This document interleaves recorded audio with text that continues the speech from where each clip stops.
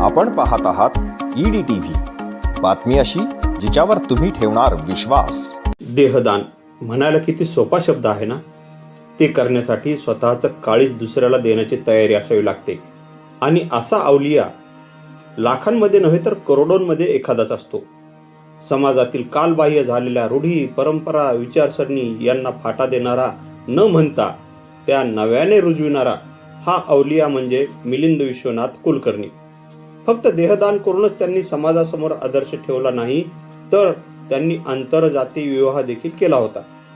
त्यांच्या पत्नी श्रीमती अनिता कुलकर्णी या मराठी कन्या पाठशाळेतून सेवानिवृत्त झाल्या आहेत. त्यांना 2 मुले असून ते पुणे येथे राहतात. अशा या अवलियाचे निधन पुण्यात झाले, परंतु त्यांच्या इच्छेनुसार मृतदेह जालन्यात आणून शासकीय वैद्यकीय महाविद्यालयात दान केला आहे.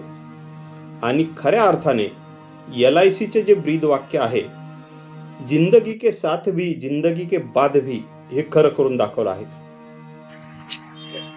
मिलिंद कुलकर्णी म्हणजे अतिशय जवळचे मित्र, LIC मध्ये कुणालाही मदत करणारा व्यक्ती.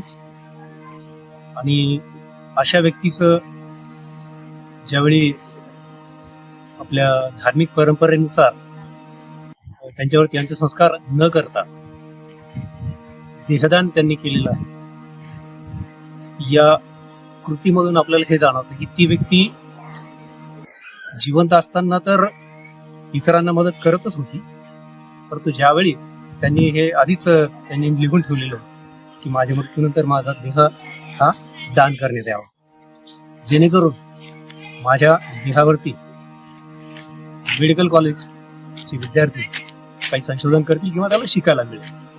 तर हे व्यक्तिमत्व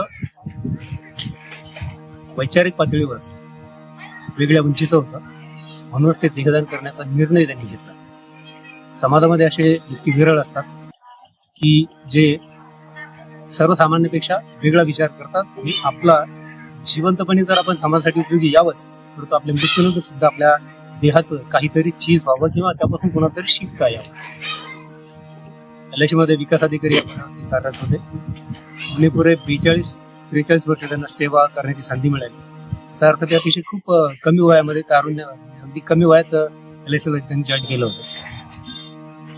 LICच्या जी काही आमचे नियमावली आहे, मॅन्युअल्स असतात, हे मॅन्युअल्स अगदी त्यांना तोंडपाठ असल्यासारखे होते. ऑफिसमध्ये कुणालाही कुठलीही अडचण आली तर मिलिंद कुलकर्णीचा सल्ला घेतला जायचा. मिलिंद ज्या पिढीचं जे प्रतिनिधित्व करत होते, त्या पिढीत तर विचार होतेच ते, परंतु त्यांनी स्वतःला इतकं अपडेट केले की ज्यावेळी कॉम्प्युटरायझेशन झालं, कॉम्प्युटरायझेशनमध्ये सगळ्यात पहिल्यांदा सगळ्या गोष्टी शिकून घेऊन इतरांना शिकवण्याचं श्रेय सुद्धा मिलिंद होतं. त्यांचं नेटवर्क खूप छान होतं. या व्यक्तीमध्ये अतिशय वेगवेगळ्या तऱ्हेचे गुण होते. यांच्या संगीताची खूप त्यांना आवड होती. त्यांनी त्यांचा एक सुंदर असा एक ग्रुपच तयार केलेला होता. त्या ग्रुपमध्ये वेगवेगळी जुन्या काळातली वेगवेगळी गाणी असायची. तर मिलिंदच्या गाण्यामुळे ही कोकणी मोठी निर्माण झालेली आहे. निर्माता त्यांना स्थान देऊ, त्यांच्या आत्म्याला चिरशांती मिळवू. मिलिंदराव यांच्या देहावर आता हजारो विद्यार्थी अभ्यास करतील आणि आपले भविष्य घडवतील. अशा या मिलिंद कुलकर्णी सारख्या वैचारिक व्यक्तिमत्वाला EDTV न्यूज परिवाराच्या वतीने मी दिलीप पोहनेरकर श्रद्धांजली अर्पित करतो आणि त्यांच्यासारखी प्रेरणा इतरांनाही मिळावी अशी अपेक्षा करतो. ओम शांती शांती शांती.